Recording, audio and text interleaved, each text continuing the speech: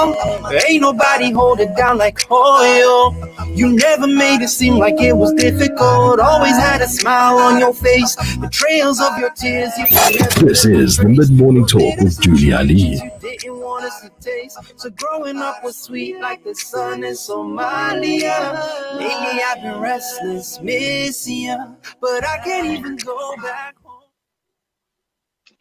It's 12:36. Welcome back, and of course, our final interview for today. And you know the drill, don't you? It's that time of day when we hook up with Islamic Careline, and we discuss family matters, all for the betterment and upliftment of our community. On the show, once again, Anisa Musa from Islamic Careline, and we're going to be talking about being assertive when resolving conflict. Very difficult indeed. I kind of wonder, can we truly be assertive when resolving conflict? Sometimes we all have a meltdown, don't we? Assalamu alaikum, welcome to the program. Great to have you on the show. Walaikum salam, Jazakallah, Sister Ali, and to all the listeners, hope you all are well. We're well going into June and winter, and we hope that everybody's keeping safe. Inshallah, with your du'as. With COVID kind of hanging over us and those figures being on the rise all the time, can I just put our subject matter, park it for just literally a minute or two, Anissa, and ask you, as Islamic Careline, are you guys getting a lot of calls for support about this issue around COVID, the anxiety, the fear, the helplessness, the hopelessness? And what is it that you tell people? I think most of what we're getting is a lot of callers phoning in because dynamics around the homes have intensified because of the lockdown. So where they were going through difficulties, that's been intensified. Negative relationships, negative dynamics are coming more so to the fore. People are under stress, they are anxious. It's making their coping mechanisms a little bit more challenging. It's making the way they deal with things a little bit more difficult. Then there are people who, let's say, for example, are reflecting on their lives. There is depression, there is concern, there's worry, there's despair. Like I said, people are just reflecting on their circumstances and also afraid of what life is going to look like. They're doing introspection about the quality of their life. Some of them are questioning their decisions. I think it's that cloud, that grey, blurry feel that lots of people are feeling and looking at their lives in a more critical way sometimes because of everything that's going on. So that obviously I think hope is escalates. Struggling at the moment. And I suppose because of everything that you've unpacked now, obviously escalates the issues around conflict. You're seeing more and more conflict in homes. And you're here to tell us how to be assertive when resolving conflict, because if you don't, there's going to be huge meltdowns, explosions, and we know that in a blink of an eye, things can go horribly wrong. Okay, so from what I remember, when we looked at the topic of assertiveness, and we started out by looking at conflict resolution about 3 weeks ago, and we went in depth about focusing on the issue and not focusing on the person, using the I language, speaking about how you feel, expressing how you feel in a non-defensive way and in a positive way. And then that led us to the issue of being assertive. And the last time we chatted, we spoke about what assertiveness is, and we looked at the difference between being passive, being aggressive, and then being assertive as the ideal or the best approach to resolving conflict. And then we also looked at how you can be assertive. So I mentioned 3 steps. The one was expressing how you feel using the I language. The second step was making a request and offering a solution or a suggestion. And then the third was getting feedback. And then what we didn't end up doing is, because I think we had such a bad connection, something was going wrong that last time when we chatted. And so I was hoping to go through what we call an assertiveness inventory. So when I do reflection on my own communication style, what is it that I need to be looking for when I establish whether I'm assertive or not?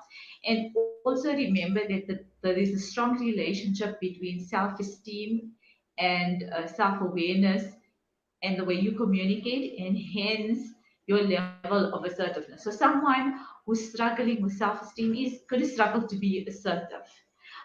Someone who doesn't have a very high opinion of themselves is going to be scared or self-conscious to say how they really feel. So what I have in front of me is just some ways that we can check how assertive am I, right? And so the one thing, and it's going to bring up some other things into our discussion. So do you generally express what you feel? But also, it's not just about whether you express how you feel, but how do I express how I feel? Because Because I a can lot of compare. people, I, I should imagine a lot of people who have self-esteem issues or low self-esteem, the only way they can feel good about themselves is to be angry all the time, or those, not necessarily, we can't generalize, but in a lot of cases you find that the bullies are those that suffer from very low self-esteem. They don't feel good about themselves, and that is why they beat up on other people. One of the Yes, and reasons sometimes anyway. they're resentful, sometimes they're just angry, sometimes they're angry with life, sometimes they're angry with their family, sometimes they just frustrated because they sometimes don't feel heard, let's say, for example, or because they feel like they're not good enough and people look down on them. But remember that self-esteem is more about how you perceive yourself, right? And so where there's, in fact, last night I have to tell you, I caught snippets of this movie, and it was so funny because it spoke about I feel pretty, and this woman was she wasn't according to normal societal standards and expectations. She wasn't classified as attractive. And for some reason, at one point, I missed that part, but at one point in the program, she woke up and she looked in the mirror and she was convinced that she was really, really attractive. But in the process, okay, it was a comedy where she made a fool of herself along the way because she behaved inappropriately in some instances. But my point is, she behaved according to how she perceived herself. So the more attractive she perceived herself, the more she put herself out there. So getting back to that, right? So yes, the self-esteem, how you see yourself, plays a big part in how we behave. And remember that also how people perceive us is partially going to be based on how we interact with them, right? So the one is, and this first point in terms of how I express myself, like I said, what's more important is how am I expressing myself?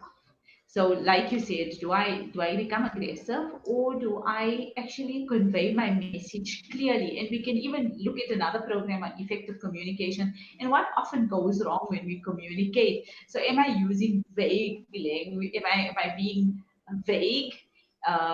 Do I does what I'm saying have more than one meaning? Am I doing something else while I'm talking? Am I making assumptions that the other person has understood? So those are just some of the things that we need to take into account when we communicate. You can stop me whenever you feel, right? So I'm going to No, no, continue. go right ahead. The one question I do need to ask you, can the cycle be broken? Can the Yes. person start thinking differently about themselves? Can they start believing that they are good, that they are beautiful, that they are possibly as equal as you and I, that they are on an equal footing? And I guess you're going to say yes with ongoing counseling. So please carry on. Okay. And it So differs from person to person, obviously. okay, as a believer in human development and growth, yes, definitely, right?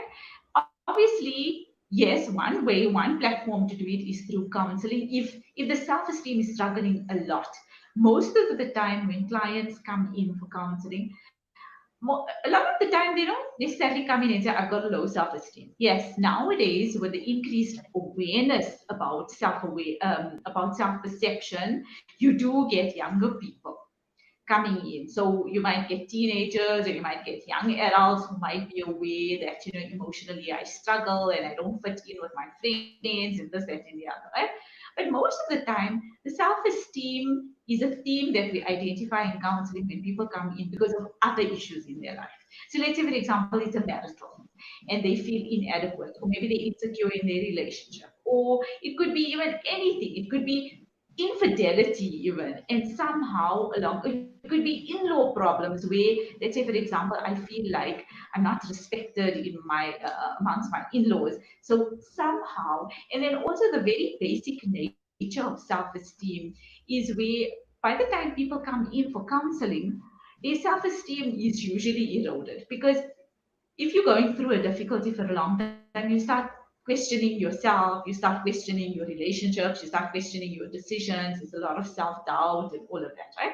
So that's the one way in the counseling setting. To answer your question about outside of counseling, it can happen if you're given the support and if you become conscious. And that again comes with awareness. A person who doesn't recognize that their self-esteem is low is obviously not going to change that. But once they start realizing that, you know what, I don't like myself very much and I need to. But then that also comes, if they have an environment where people are constantly giving them negative feedback, that's not going to change. And when I do self awareness, even in groups and in training, when I do certain exercises with a group, they often realize that the people around them are less critical of them than they are themselves. And a lot of times we find that we are more critical. How often do we look in the mirror and we say, I don't know why, but I don't look right, or my face doesn't look right, or this doesn't look right. And then someone else say, I don't know what you're talking about, you look fine, right? So that's the other thing. Sometimes we tend to be more critical of ourselves, but you do get people who are exposed to competitive relationships or exposed to relationships where they don't get positive feedback. And then obviously it's the setting that you need to take into consideration. But remember, we talk about self-worth. Does the person, can a person, and that is what self-esteem is. It's the ability to recognize your worth independent of what others think of you. So my self-worth is based on my own value that are attached to me. And again, it's a process. So most ideally the setting is through counseling and work with somebody to bring about that change. But to answer your question, yes, it can happen outside, but then it would need the support that goes with it. So I can, let's say, for example, say, Julie, you are a very beautiful woman. But if you don't see it, or if you don't recognize it, then it's going to go past you. So again, it's a combination of elements. So I don't know if that answers your question. Okay, one more question, Anissa, around self-esteem. Are these the type of people who invariably are stuck in victim mode for the rest of their lives? It's everybody else's fault, but theirs, and that is the reason why they find themselves in the situation that they find themselves in. It's the whole world's fault, and that is why they've never made any progress and they're stuck in a rut. Okay, so yes, victim mode is something that lots of people spend time in, unfortunately. People who Then suffer from low self-esteem. sorry, I didn't get that. Would it be people who suffer from low self-esteem? Is that a It typical could be feature? most probably. Someone who has a healthy self-perception is mature, is assertive, is balanced.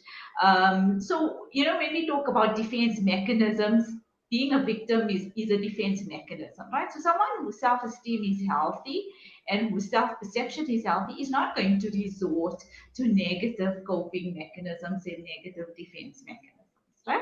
So chances are, yes, there are some issues that go with being a victim, because being a victim then avoids you having to take responsibility. We say we all are enablers. So when I blame somebody else, I'm not taking responsibility away from another person who's caused me a lot of pain. But I'm also asking, so I'll give you a simple example, right? And I've used this a few times in the recent past. I don't know why, but it's like, let's say, for example, I call myself an easygoing person. Every time someone asks me, what do you want to eat today? I don't know, you decide, right? Where do you want to go today? Ah, I'm easy, you decide, right? Um, Anything. Must I wear this clothes? What must I wear today? Or must I buy this outfit?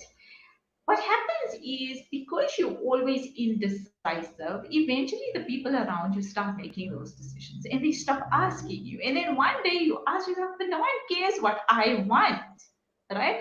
Then one of the reasons could be, and we need to ask, we need to reflect. Is it because I've allowed it? And I've always, so I even say in counseling, sometimes we need to allow our clients to make small decisions. So when someone asks you, what color is your favorite color? Say, my favorite color is this. Not, I'm not sure. You know me better. So it's about reflecting. So that is why we are in it. The same thing with being a victim is about responsibility. What have I done? I'm not saying blame yourself. It's called reflection. So if I have to take responsibility, even if it's partially, it doesn't take away the responsibility, like I said, from someone else who's wronged us. But we also need to say, what have I done? It's like I can't go around telling people, oh, you never come and visit me. But when last have I been to visit that person? It's simple things like that. They build up to bigger things. I Okay, don't know if that. so let's, yes, absolutely. Um, the issue now, you talk about the word assertion, assertiveness. We have covered this in the past, um, a long time ago, but these are the issues that you deal with on a continuous basis. So let's talk about the possibilities of resolving conflict in an assertive way. And also something we might have covered in the past, but these things, I think we can talk about it over and over and over again, and it would still make an impact with our listeners. And that is being assertive when resolving conflict. A lot of people seem to think resolving conflict is about someone winning and someone losing. So where does assertion come into the whole picture here? And are we talking win-win situation or Okay, compromise? okay. So when you talk about the word compromise and you talk about win-lose, right? So win-lose usually includes a situation where one person gives up something and somebody else has everything to benefit. That's hence you get the win-lose situation, right? So the one person is at a loss and the other one is at the gain. But when we look at, and you used the word compromise, there's a very big difference between compromise and sacrifice. And I think that's where people struggle to Ah, establish the difference. Sacrifice is where I'm giving up something to make somebody else happy. But when I compromise, I'm saying, okay, to resolve this, I think it's only fair that both of us meet each other halfway. Right? So we say, okay, fine. So when it comes to being assertive, I'll say when I make, the second stage, so the one is I'm saying, I was a bit disappointed that you didn't take my feelings into consideration when you made that decision. Right? And then I make a request and I say, going forward, I would really appreciate it if you consulted with me about whatever. Right?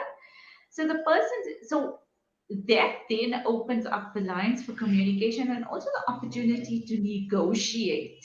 So let's say it might take us into a decision about the kind of decisions we make. So the one person says, okay, but I can't always ask you because some decisions that I make don't involve you and some of them will. So we'll say, okay, fine. So can we do this? Then certain decisions when it involves finances or when it involves, let's say, attending family functions, can you maybe consult with me first?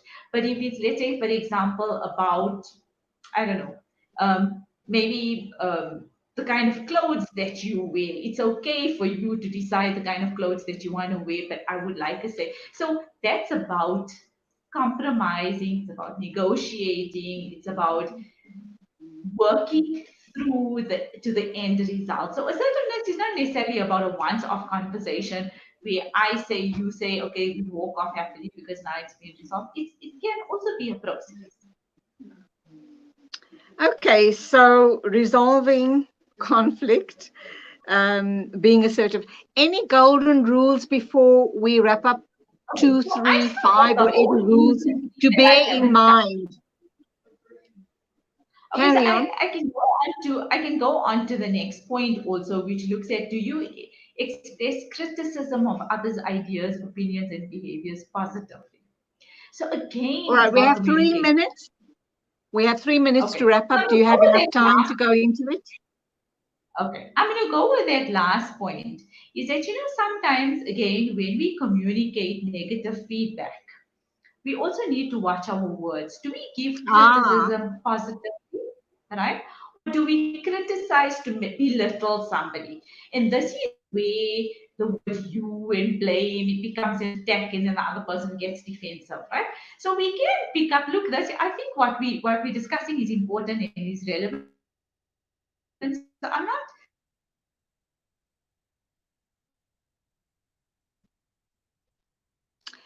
okay. This is the second time it's happening. We seem to have lost Anissa there at that very crucial moment, and it is wrap up time anyway. So let's wrap up and hopefully get her back on air next week and see if she can just close off that argument. Do we have her online? We do. Do we have Anissa online? No, no, gosh, at that. Anissa, are you there? Can you hear me? I'm here. I'm here. Can you hear Okay. me? Yes, I can. You just froze there for a minute or two. Please wrap up in the next 2 minutes. Okay, so in terms of wrapping up, I think we brought up important things in this session, right? The self-esteem and is extremely important to how we communicate. But I think what's another important thing is the ability to reflect. We always need to reflect and listen to ourselves when we talk. We will be continuing with a topic like this. I'm sure we'll cover communication and that. But like I said, even in terms of giving feedback, it's the way we do it. The difference between aggressive and assertive is also about the tone that you use. When I Ah, use harsh words, I'm being aggressive.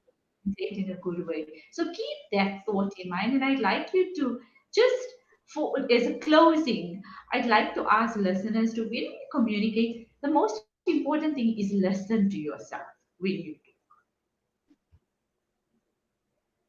okay, let's leave it there. We'll ask you next week to summarize this discussion. We'll give you a few minutes to summarize and inshallah continue on our conflict resolution uh, issues in a very assertive way and lots more. I think the other thing that Anissa does want to touch on sometime in the near future is communication. I think that's the heart of the problem because we don't communicate effectively. Lots is lost in translation. And that's where we have to leave it. Thank you indeed for your company. Hope you've enjoyed the 2 hours with me, taking on the roads. And till next week at the same time, as always, it is Assalamu alaikum and Khudafiz from me, Julie Ali. Wassalam to all the listeners. May you have a great week. Until next time. Care of all our youngins and showing that we all one. Somalia, where we come from. Somalia, where we come from. Somalia.